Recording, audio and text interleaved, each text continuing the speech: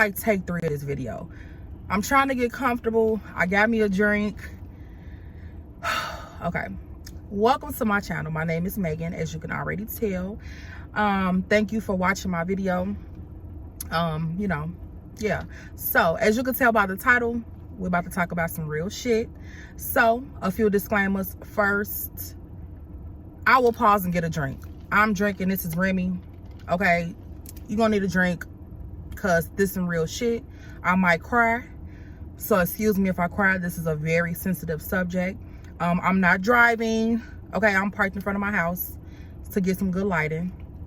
Yeah, and I'm sorry if I jump back and forth with different things, different topics, or different parts of the story. I don't have anything that I could look at to reference the story, and I want to make sure I'm telling everything. So if I jump back, just bear with me. I would just want to make sure, like I said, that I'm telling the whole story and I'm not leaving out too many parts. So get you a drink, and let's just get right up into it. So as you can tell by the title of the video, on August the 15th, I was shot while attending a close friend's birthday party. The day started out as any normal day. Like I said, it was her birthday. We attended dinner, and then after dinner, she had a party at a venue that was located on the south side of Chicago. So went to the dinner. Dinner was fine. Came home, changed clothes, went to the party. Party was fine, okay? I was lit. We all was lit. We was having a great time. It was a great vibe. To be honest, I feel like we were there maybe 3 or 4 hours. I really don't know. That part is kind of foggy in my memory. But like I said, it was a great party. It was mostly females.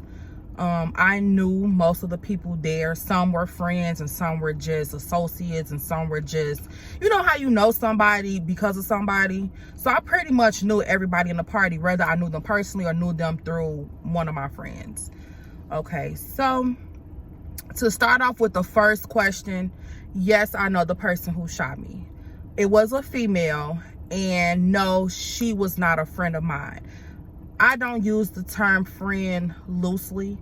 I don't consider every person I talk to or associate with a friend. So no, let me just throw that out there. She was not a friend. Yes, I did know her. I knew her because we went to high school together all 4 years, but I wouldn't consider her a friend. She is more of an associate. I don't have her phone number. I never had her phone number.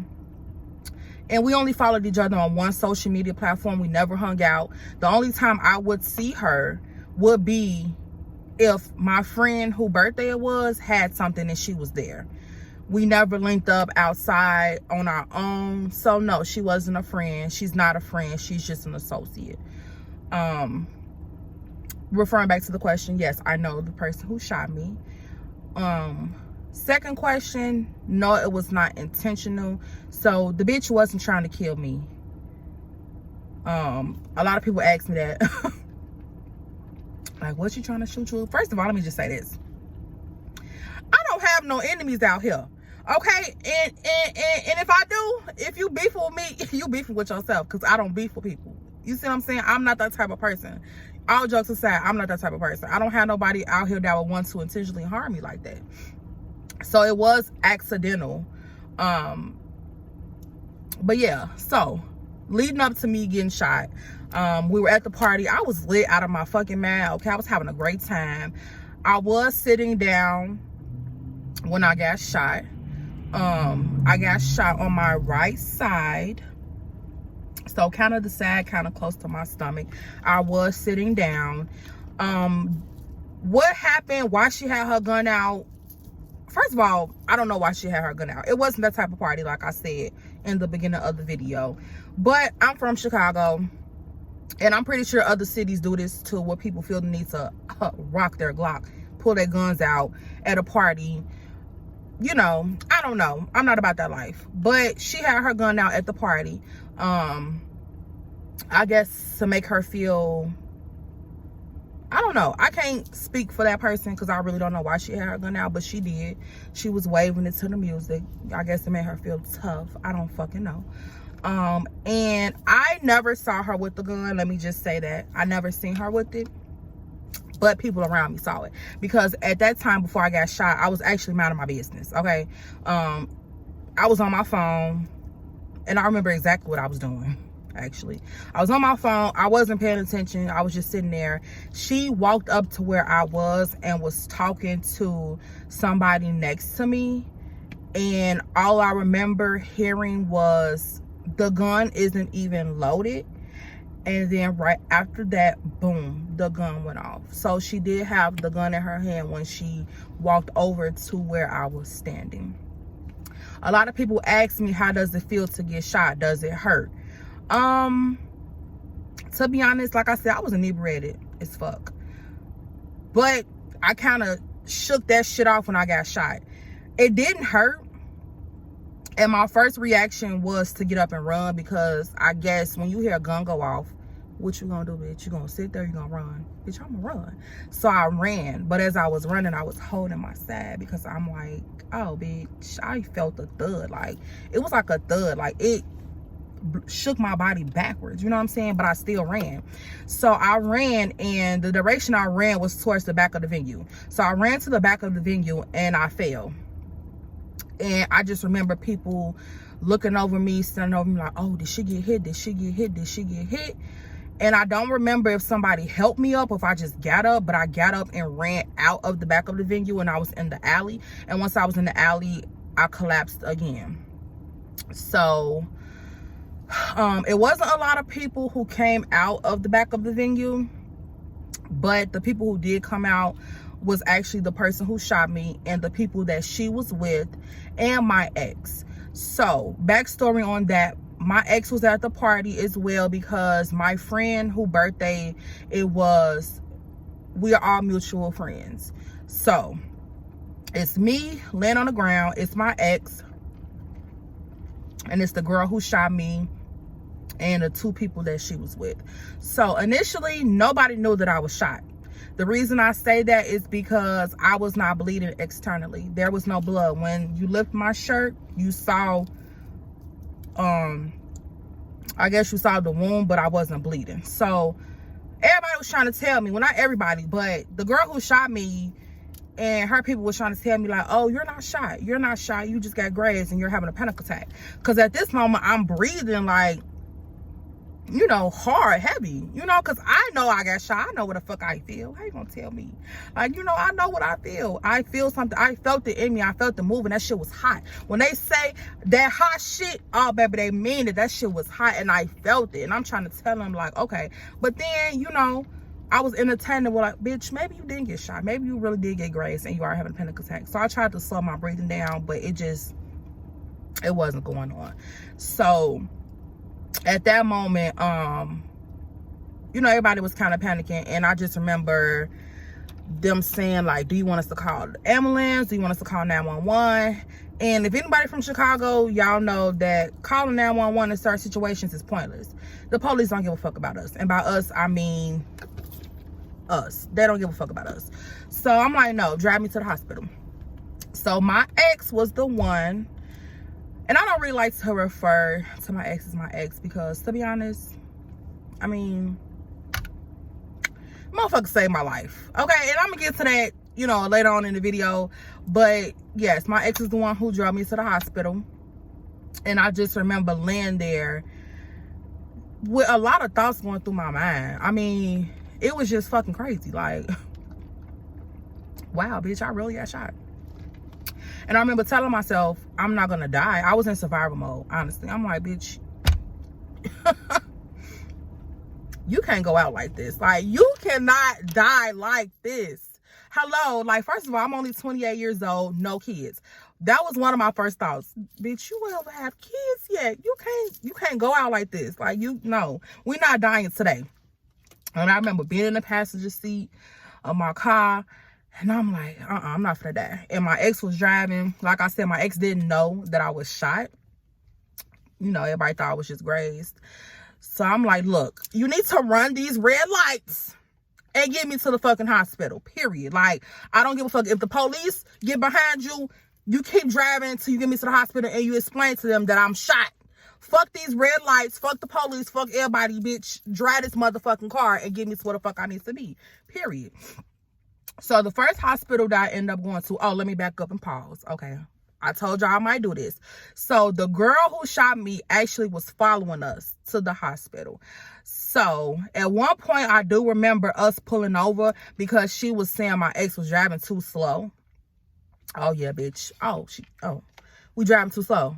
Okay. You don't want that murder charge, bitch. You want to make sure I live, huh? Okay. Oh, I'm sorry. That's my lip gloss. So she pulled us over and she was trying to tell me to get in the car with her. And I closed the door. Bitch, I'm not getting in the car. You just shot me. I'm not getting in the car with you. Are you crazy? Close this door. Anyway. So, yeah. And, you know, it's funny because, let me pause the story. It's been 4 months as of the 15th of December that I've been shot. And I went through a lot. And I'm going to explain it, you know, throughout the story. But the way that I'm able to talk about the story now, I was not always able to talk about it. I can talk about it in a more humorous way without being angry. Because at the end of the day, I'm grateful to be alive, period. And it was moments afterwards where I didn't always feel like this. So I don't want you guys to watch this and say, she joking about it. Oh my God. Trust me, it took a long time for me to be able to get to this point. So I'm not joking about it. I'm just telling in a humorous way because I'm happy to be alive, period, at the end of the day. Okay, so let me try to remember. The Remy sneaking up on me. Let me try to remember where I was in the story. Okay, so yeah, she tried to get me in the car with her. First hospital we went to was St. Bernard. If you're from Chicago, you know. Horrible hospital, but it was the closest hospital to where we were when I got shot, to the venue. So went to St. Bernard. They don't have a trauma center, so I just remember us getting there. A security guard came out with a wheelchair. He wheeled me in. They put me, took me to the back. They got to taking off my jewelry and everything like that, examining me, and they did confirm that I was shot. It did go in and out, so it wasn't like, you know, in me. It went in and out, thank God.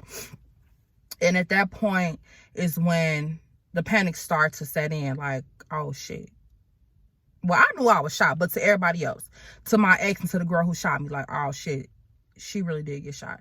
So per the city of Chicago, when anybody come in shot, the hospital has to call the police. So let me just say that I didn't call the police because, bitch, I'm laying back there in the room shot. I'm not thinking about that. Like, girl, how can I, like, bitch, girl, I'm trying to survive. You know what I'm saying? I didn't call the police, but I do remember, and I say that to say because it was like 3 officers that came back there. And I'm like, where the fuck the police come from? They get to ask me questions. And I'm like, hold on. I am not in the right mind to start answering questions. Like, get the fuck out of my face. You know what I'm saying? Like, no. And I just remember it was like 10 doctors in there, people trying to put IVs in me, taking my jewelry. I remember seeing my ex standing outside the door. And then I remember, like I said, the 3 officers that was in there. And I just remember telling them, like, look, I don't got no answers for y'all. Like, gee, I don't even know what's going on. And then everybody left the room. It was quiet. And I'm like, am I dead? Because it went from being so chaotic to so quiet. And nothing, like, they didn't do anything to me but examine me. They took my jewelry off, like, you know, my bracelets, my rings and everything, my earrings. And I'm like, where the fuck did everybody just go? Like, am I dead? You know? I didn't know what happened.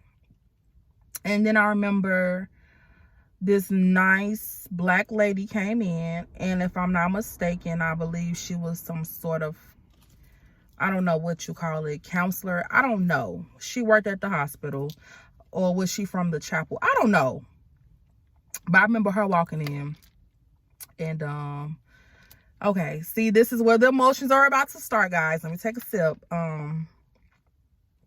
She walked in, and she grabbed my hand. because you can visibly see that I was upset and I was starting to panic. And I remember asking her, like, am I gonna die? She was like, no, baby, you're not gonna die. I'm like, okay.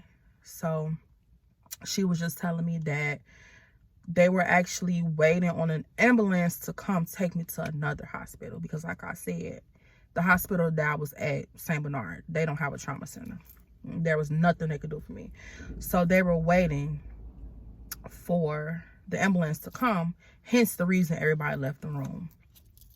So she was holding my hand and she was rubbing my hand, and she was like, no, you're not gonna die, it's gonna be okay.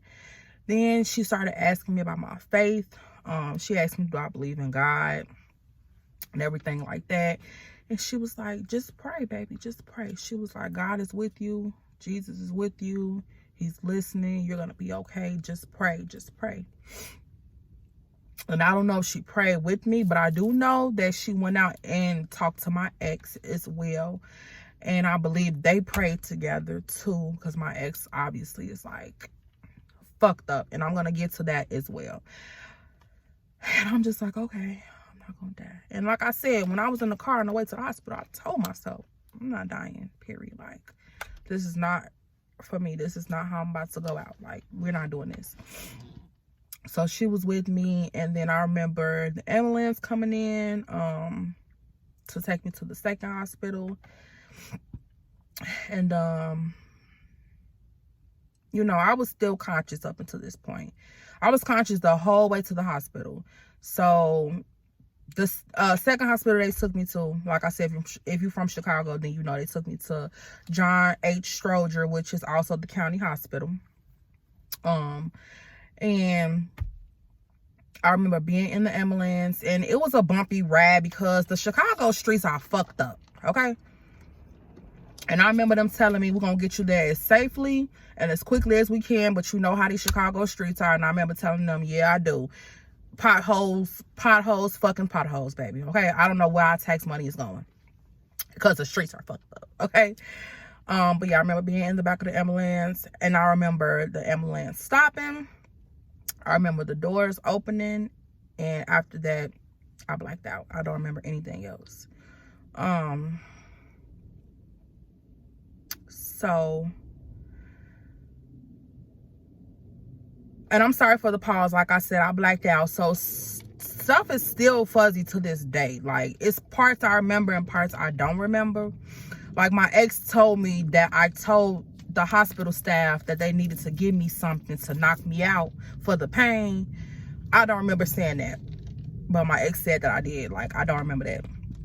So I remember them giving me a COVID test because they stuck that fucking shit on my nose, and I'm like, hold on, bitch, don't be trying to scrape my brain, okay?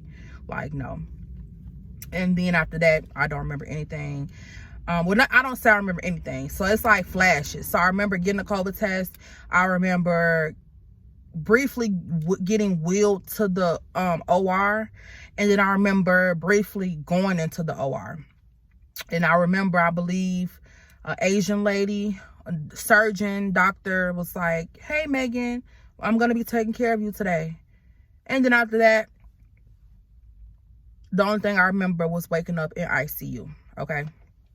So, let me explain the injuries that I sustained from the gunshot. It was one single gunshot wound, like I said, to the right region, right here.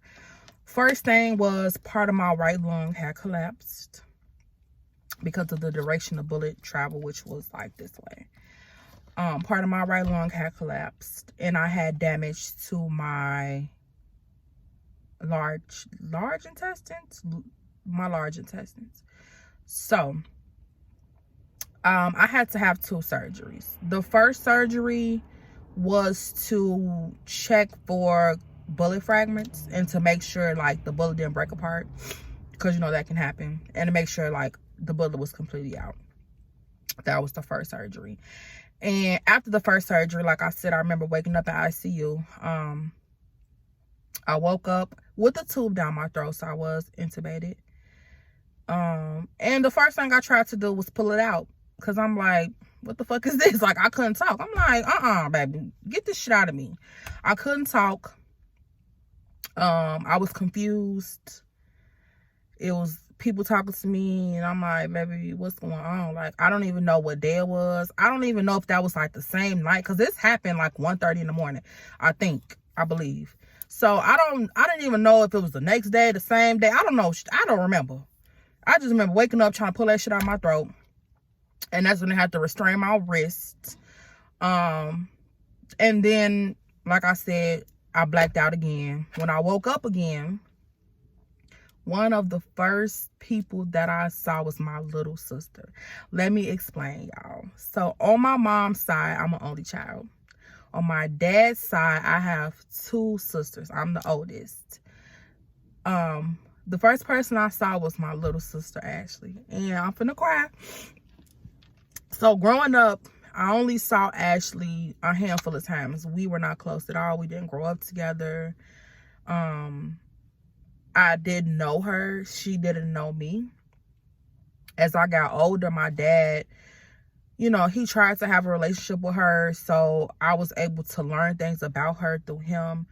I learned when she had her first child, my first niece. He did give me like her Facebook page one time, and I actually had reached out to her a few years ago, but at that time she wasn't ready for a relationship, which I understand. I mean, you know, I get it. She wasn't sure if our dad was our dad, and she didn't want to get close to anybody without knowing. So I understood. Just recently, like this year, we added each other on Facebook, but I didn't say nothing to her still. I think I had told her happy birthday before, and I think I may have tagged her in a few posts like early this year, but we still hadn't talked. Like, we was just friends on Facebook on my family page, so I didn't still really know her. But the first person I saw when I woke up was her. I thought I was dreaming, okay? Let me tell y'all. So, like I said, I couldn't talk, so they gave me a piece of paper and a pencil, and I wrote her name with a question mark. I'm like, Ashley? She was like, yeah, sis, it's me, standing over there crying, because she a crybaby like her big sister, okay? And I'm like, girl, what are you, like, I'm thinking in my mind, like, girl, what are you doing here? Like, you are the last person I would have expected to see. Oh, this lip gloss is getting on my nerve. Oh, my God. Like, you are the last person that I would have expected to see. Like, girl, we don't even talk. Like, that's what I'm thinking. Like, girl, we don't even talk. What are you doing here? How did you get here? You know, she don't even live in Chicago. She live in Indiana. So I'm like, girl, what's going on? You know? So backstory to that, you know, my ex ended up calling my grandfather, who is my rock. That is my everything. Like, people who know me know I love my grandfather to death. I don't play about my grandfather. Like, that is my heart. And my grandfather called my grandmother on my dad's side, and my grandmother on my dad's side told my daddy, my aunties, and they told my little sister. My grandma told my little sister, and my little sister just so happens to already be in Chicago. And so she found out the hospital I was at, and that's how she was there when I woke up. And it was just so crazy to me. And I remember telling my little sister that I needed my phone, and I knew my ex had my phone. So I gave her my ex's number, and I'm like, I need my phone. So I'm in ICU, wrist chain down, can't talk, tube down my throat. I get my phone and I'm texting. The doctors were like, girl, you texting? Yeah. And I was communicating through my phone, like through the notes in my phone. And it's crazy because I actually still have some of the notes in my phone from when I was talking to the doctors. Like, yeah. Yeah.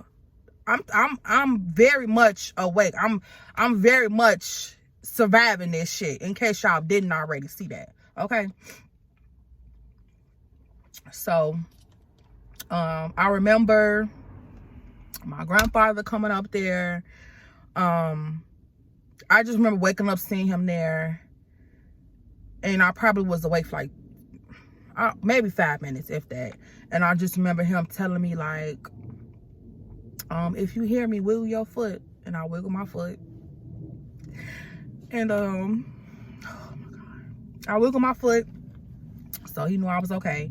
And after that, you know, the doctors and surgeons had to basically get his permission to do anything else once they realized he was my emergency contact. He's my parent, so to speak. So they were in communication with him afterwards about everything. So I probably was in the ICU maybe 2 days, 3 days before I had to have my second surgery. The second surgery was to repair the damage that was in my large intestine. So they actually had to clip, cut, take out, whatever you want to call it, part of the intestines that were damaged. That's one injury that I'm still dealing with today, 4 months later. I have not fully recovered from that, but it's something that is bearable. I'm able to deal with it every day. So I had to have that. I have this long, ugly ass scar. Well, let me not say ugly because it's beautiful. It's my war wound, baby, and I'm proud. Somebody told me it looked like a football, and I have not got that out of my head. So I call it my football scar ever since they said that. So yeah. And then after my second surgery, they took the tube out of my throat. And I was so happy because I was so thirsty. I was able to drink. But I remember I wasn't able to, like, drink a lot. I was getting full. I was full. And I'm like, damn, why am I so full off a sip of water? So after that, I stayed in ICU for a few more days. And my ICU nurses, I wish I could hug them. They were so nice to me. Like, I'm gonna tell you something. Unfortunately, with people in the hospital for anything, they don't always have good experiences with the doctor and nurses. And I can say that I was blessed to be able to have good doctors and nurses the whole time I was there, except for one bitch. But other than that, every doctor and nurse I had was so nice to me. And I'm so grateful for that. Like, every one of them was so nice. And it started with the ICU nurses. And I just remember, it was this one nurse. He was a male. He was so, black man. He was so gentle with me. Like, he was so nice. You know, he was so nice. Then there was one nurse. She was so nice. She was like, girl, I'm finna get you some ginger ale with some ice. And I'm finna bring you some cranberry juice because I know you thirsty. She was like, I like my ginger ale cold. So I'm finna get your ginger ale real cold for you. Like, she was just everything. And then when I was getting transferred up to, like, the regular floor, you know, they was just like, you know, make sure you speak up for yourself and make sure you tell them everything you need, you know, blase, blase. So I was up in my new room now. I had a lovely roommate named Miss May. Oh my God, I love her. I need to text her, by the way. She actually came in the same night as me, and she got hit by a car. And she was there the same night as me. The first few days, I didn't say it to her because I'm like, girl, I don't know you. Well, I'm not going to say that, but, like, we both was in pain. The last thing I was thinking about was, you know, talking to my roommate. But after being with somebody for so long, eventually, you know, you're going to talk to them. So I started talking to her, and that's how I learned she got hit by a car. And then she was over here, and everybody come in for me. So that's how she learned I got shot. And she was an older lady. She probably was like my mom's age or something like that. So being in the hospital, I was there for 19 days, child. Oh my God. 19 long days, baby. And just from that one gunshot, like I said, I sustained some pretty serious shit. So one of them being an abscess had formed, like, right where I got shot at, like in the inside. And if you don't know what an abscess is, it's basically like a big pocket or a big ball of pus. And that had formed, like, right underneath my gunshot wound, or where I got shot at. So, you know, that was causing my white cells to be so high.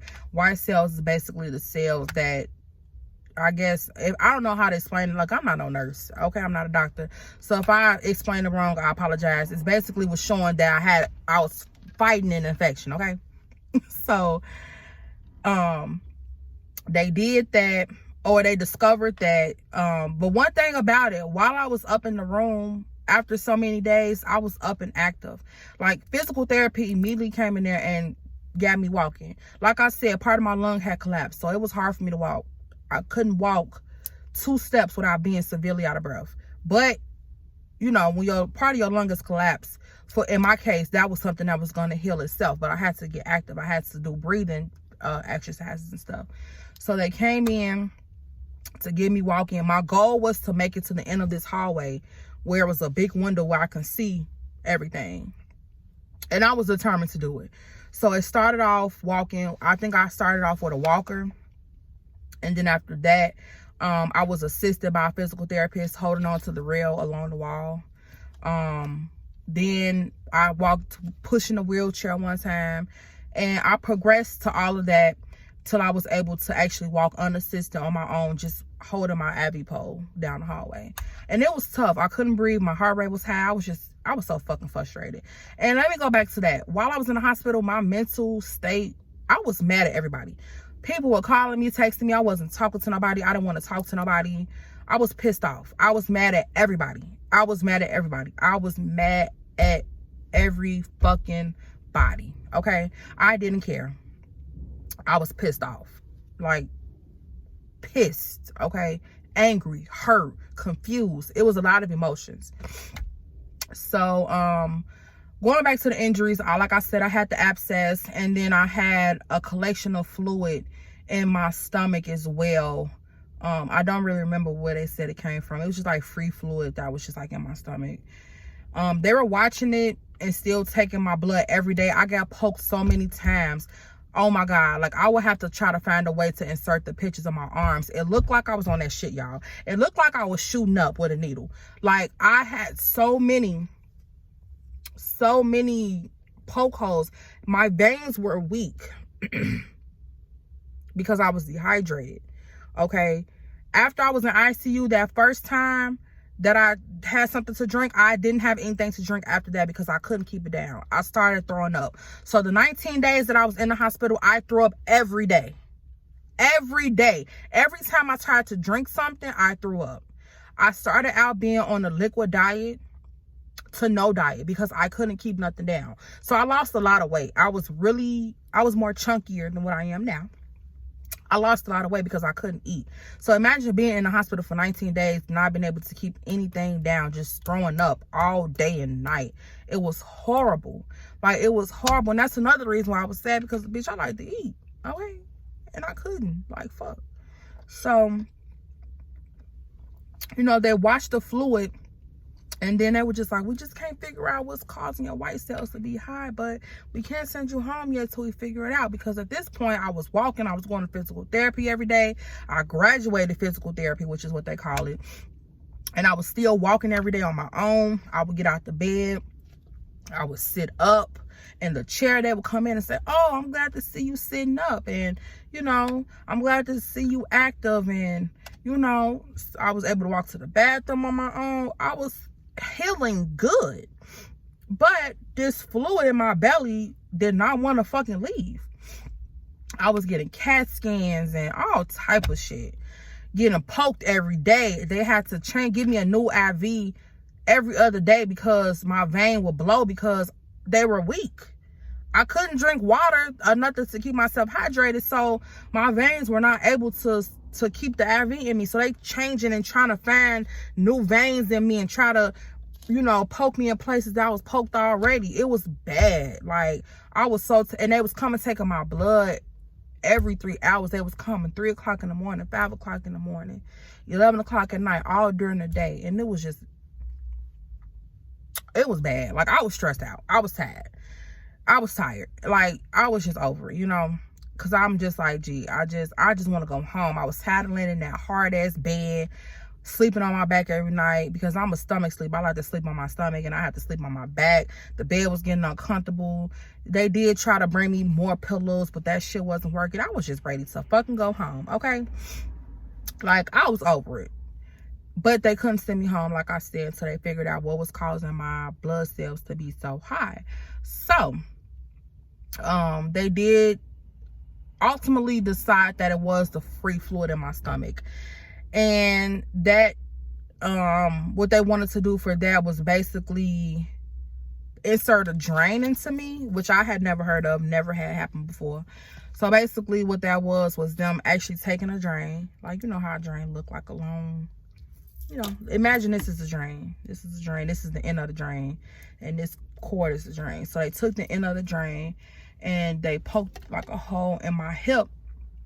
And they basically just pushed it in until it was actually inside the drain. So the drain was used to get that free fluid out. So I had the drain in me. And the next day they sent me home. And I was so happy because I'm like, finally. And they was like, we're sorry if we thought that this would have got you home sooner. You know, we would have been done it, but we thought that the fluid was just going to drain itself. So yeah, they sent me home the next day. And let me tell y'all, healing at home was so much more difficult than healing in the hospital. I came home, first of all, let me pause and go back to me being in the hospital.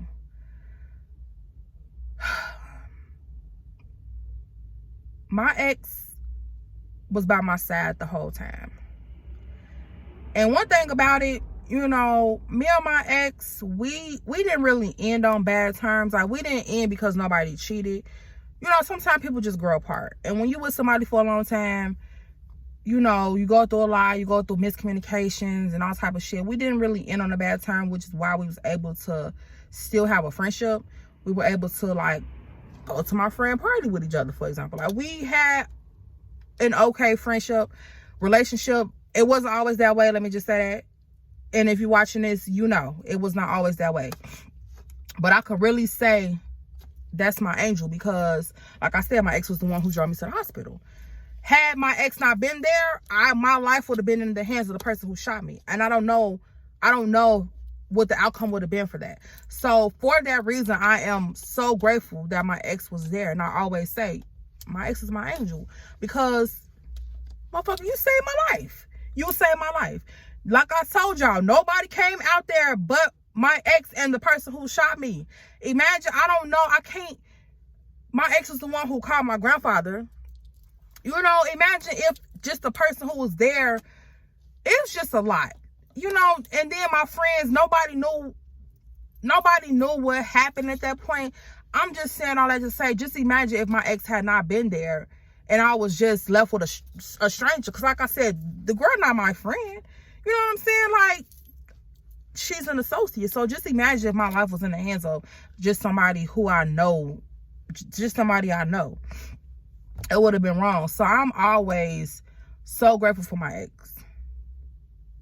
So grateful because,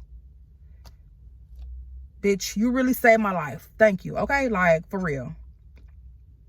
And they know this. I tell them, or I told them, every chance I get, every chance I got. Was by my side the whole time I was in the hospital. My auntie came up here. Baby came up here trying to run the hospital.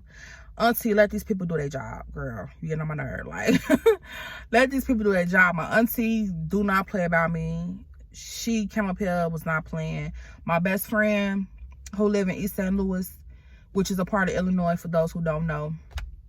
She came up here for a week. I think it was a week or a weekend, girl. I don't remember how long you was up here. When she came up here, she was not playing. Like, you know, because my sis is a nurse, baby. So, look, she was in there like, bitch, bitch, what y'all doing? Like, she wasn't playing. My grandfather was up there, and I'm my grandfather's baby. So, he was up there. He did not play. His girlfriend came up there. My ex's mom came up there. So, I had people who were there for me while I was in the hospital, you know, who really did not leave my side. And I'm so grateful for that. Like, family wise, like, I'm grateful for those who did come, who were able to come and really be by my side and who continue to stay by my side afterwards. My sister, like, oh, I love my little sister, y'all. She came up here, you know, so I had consistent love while I was actually in the hospital. But like I said, healing at home was so difficult because now I don't have the nurses. I had to do everything on my own. I was on medication. I was bandaged up. I had this fucking drain in me. I had wounds that I had to change the dressing for every few hours. I was slowly getting my appetite back, because once they put that drain in me, my appetite started to come back. So I was able to eat and drink little by little again. I couldn't shower by myself. And if anybody know me, you know that I'm independent, okay?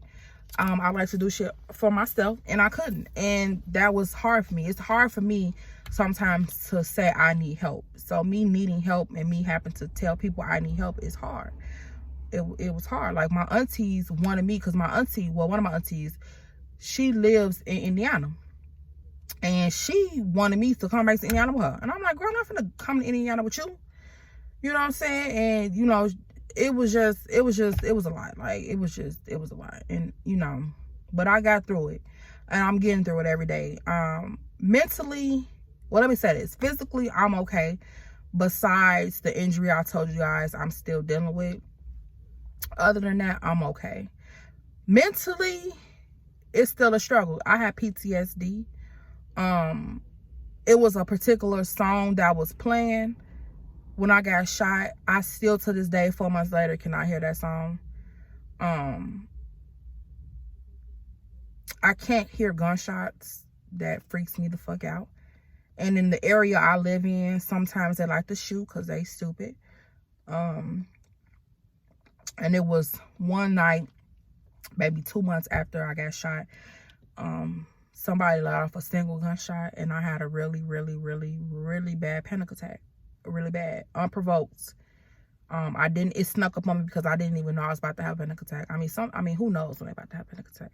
Well, let me say, sometimes you can feel it. Sometimes you know, for those of you who do experience panic attacks, like sometimes you know your breathing get crazy and you start feeling so. Sometimes you do know, but when that happened, I didn't know.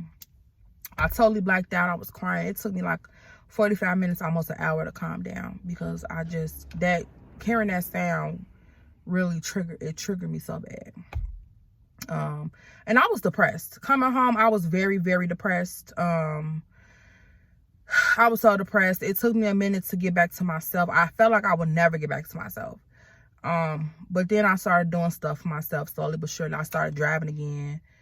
Because at first when I came home, it was hard for me to get in and out the car because of my bandages and wounds and drain and everything. But once I got the drain down and all of that, I was able to start driving again, which made me feel good. The first thing I did to try to come back to myself was get my eyebrows done. You know, you know, so I started doing stuff, got my nails done, and I told myself, once you get your hair done, girl, you're gonna feel better. Bitch got some braids, bitch was feeling good, okay? So it's been an emotional roller coaster, but what I do want to say is I am grateful to be alive. Getting shot and, you know, not really knowing if you're going to survive or not really changes your outlook and perspective on life. A lot of things mentally have changed for me. My perspective and outlook on a lot has changed. I feel like I'm a lot more calmer than what I was. I'm a lot more grateful. Because you know, you just never know. You never know. You just never know with anything in life. And that has taught me, you just never know. And it also taught me life is too short. So I really think about that with a lot of things that I do. Oh, I'm at 43 minutes. Okay, I'm gonna try to wrap this up. But you know, I'm just grateful to be alive, and I'm grateful for my friends. I thank my family already. So I'm very grateful for my friends for being there for me. Even though at first, you know, people didn't really know. I didn't tell like social media and all my friends what happened to me until like days later, probably a week later. So people saw me upload something on Snapchat, which I don't remember because I was drugged up. And they was like, what's wrong with you, girl? And I'm like, I'm telling everybody, oh, nothing. So what I did was, after that video, I started texting my close friends who didn't know, telling them what happened. Then when I was ready, probably a month later, I ended up telling social media what happened. I had a TikTok video that went viral, explaining what happened. So it took me a minute. It took me a minute to even say the words, I've been shot. I couldn't say those words. you know, I couldn't bring myself to say it. It was just still so hard to believe. But I'm grateful for my friends, even though I didn't talk to y'all, even though, you know, it took me a minute to be social, to come outside. Some of y'all I still haven't kicked it with. But I'm grateful for those of you who love me and who, you know, who've been sticking by my side, been understanding. I'm grateful for everybody who stayed by my side. And y'all know who y'all are. Everybody, from those of you who did know, who was texting me every day. Even if you didn't come to the hospital, and I understand because some people can't come to the hospital. But, you know, those of you who checked on me every day, who did not miss a day, who asked me, are you okay? What's going on? What's happening? Y'all are special to me. Y'all hold a special place in my heart. I really, really, really, really appreciate it. I really appreciate y'all, and I love y'all. I really do, because unless you've been in a situation like that, because being in the hospital, you can start to feel alone. Even being surrounded by love, and I was surrounded by people every day. Family, nurses, everybody. So, and I still felt alone. You know what I'm saying? But, and to still have that love, and to look back and know that you are loved, and you have people who love you and care about you, and who care if you live or die. You know what I'm saying? Like, to have that, I am so grateful for y'all. I love y'all so much. I can't say it enough. Like, y'all just don't know. And that's why I got emotional talking about the nurses, because I had nurses. This one nurse, her name was Miss Patricia. She was like my mom in there. Like, she did not play with me. She was like, you gonna take your medicine today? She made my bed for me. She made sure I was comfortable.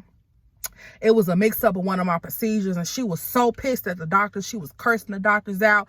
Like, I Miss Patricia, oh my God, like, I love her so much. Like, she was so funny, because I think she was like, of an African descent. So sometimes it was hard to understand what she was saying, but she did not play about me. Okay, baby, that was that was my mom. Like, I was her daughter. She did not play about me with anybody up in there. Okay, like, to the nurses, like, I'm so grateful. Like, you know, and like I said, it's still an emotional roller coaster, but 4 months later, I'm grateful. I'm here still. That's the most important thing. I'm here. I'm taking it one day at a time. You know, I'm getting back to me. I've gotten back to me. You know, but like I said, just because people see me on social media posting up, outside, smiling, doesn't mean that I'm still not struggling mentally sometimes.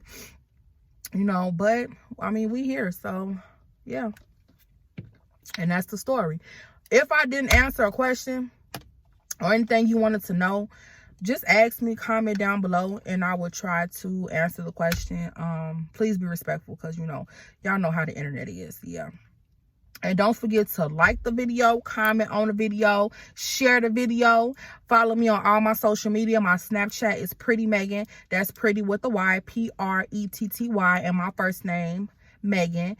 Follow me on Instagram. I think my Instagram is firesign_. I don't know. It's something like that. It'll be linked down below. Yeah, and I appreciate y'all for listening to me talk for 47, almost 48 minutes. I'm sorry that the video is so long, but I wanted to make sure I addressed everything, or the main points of everything. And like I said, subscribe to me too, y'all, because this is my first video. I'm trying to get consistent with the YouTube. So if you feeling my vibe, if you vibing with your girl, subscribe to me, because I'm going to start posting, you know, vlogs, whatever I do.